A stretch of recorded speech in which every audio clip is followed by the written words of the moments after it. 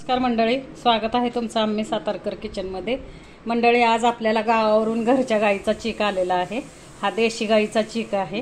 हा पाव लिटरला थोडासा कमी आहे, 250 ml ला थोडासा कमी आहे। हा 1 वाटी भरून चीक आलेला आहे आपल्याला। ही वेलची पावडर आहे। इथं अर्धा लिटर आपण गाईचंच दूध घेतलेलं आहे मंडळी, आणि हा गूळ घेतलाय किसून। आता जसं आपल्याला किती गोड पाहिजे त्या प्रमाणात आपण गूळ घालायचा। पण आता इथं 200 मिली जर चीक असेल तर मी 200 ग्राम गूळ घेतलेला आहे। तर मी आता दाखवते तुम्हाला। तर आपण आता गूळ मिक्स करणार आहे मंडळी। दुधामध्ये आपण गूळ मिक्स करतोय। आता जसं आपल्याला गोड पाहिजे तसा गूळ मिक्स करायचा।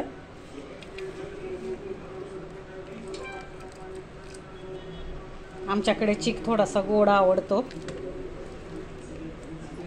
आता आपण हा जो वाटीमध्ये चीक आहे तो आपण ओततोय।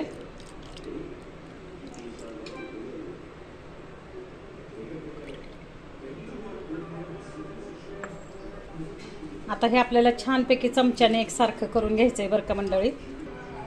हा बघा, हा आता आपण जो गूळ टाकला होता ना, पूर्णपणे आपण हा गूळ विरघळवून घेतलाय बरं का। दुधामध्ये आपला चीक आणि हा गूळ पूर्णपणे छानपैकी असं मिक्स केलेलं आहे आपण। आता आपण वेलची पावडर टाकणार आहे।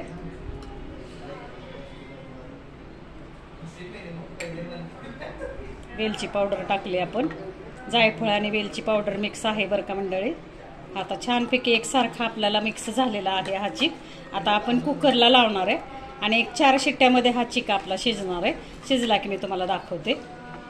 हे बघा, आपण आता हा कुकरमध्ये चीक ठेवलेला आहे। आपण आता ह्याचा खरवस करतोय बरं का मंडळी। आपल्या घरच्या देशी गाईचा चीक आलेला आहे आपल्याला, आणि त्याचा आपण आता खरवस करतो।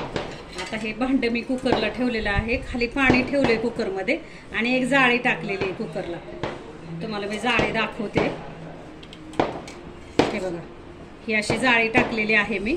जाळी नसेल तर एक आपले स्टीलची कढी वगैरे असतात घरी, कड असतं गोल कड, ते ठेवलं तरी चालेल मंडळी। आता हे बघा, आपण त्याच्यावरती झाकण ठेवतोय कुकरच्या भांड्यावरती, आणि आता आपण कुकरचं झाकण लावणार आहे आणि आपण शिट्ट्या करणार आहे 4।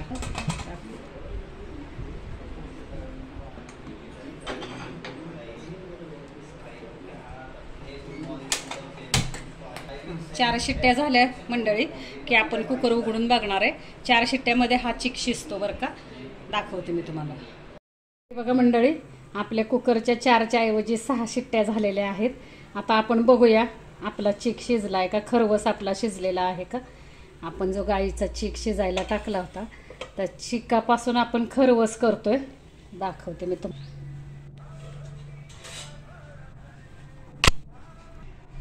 हा बघा मंडळी, छानपैकी आपला खरवस शिजलेला आहे। बघितलं ना मंडळी, किती झटपट 10च मिनिटात आपला खरवस झालेला आहे। काही नाही, गाईचा खरवस होता, त्याला गाईचंच दूध आपण वापरलं, त्याच्यामध्ये गूळ आणि वेलची टाकली आणि कुकरला एक 4 ते 6 शिट्ट्या। आता 4 करायच्या होत्या, माझ्याकडून 6 झाल्या, तरी पण खूप छान शिजलेला आहे मंडळी चीक आपला, खरवस आपला। हे बघा, मी दाखवते तुम्हाला पुन्हा एकदा। छान शिजला। आता मी काढते बाहेर।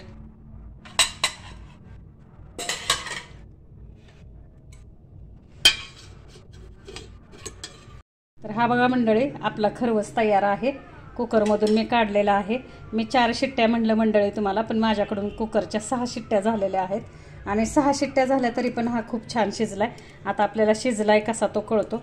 हे बघा मंडळी, सहजपणे आपला असा साईडने सुटतोय बरं का हा खरवस। हा बघा, सहजपणे असा हा साईडने, हे बघा। जर शिजला नाही मंडळी तर हा खरवस असा साईडने सुटत नाही, पण आपला हे बघा सहज असा सुटला जातोय। तर छानपैकी आपला हा खरवस शिजलेला आहे। तर बघा मंडळी, करून बघा एकदा ही रेसिपी, करून बघा, खाऊन बघा, खूप छान लागते। आणि आवडली तुम्हाला तर लाईक करा, शेअर करा आणि सबस्क्राईब करा। धन्यवाद मंडळी।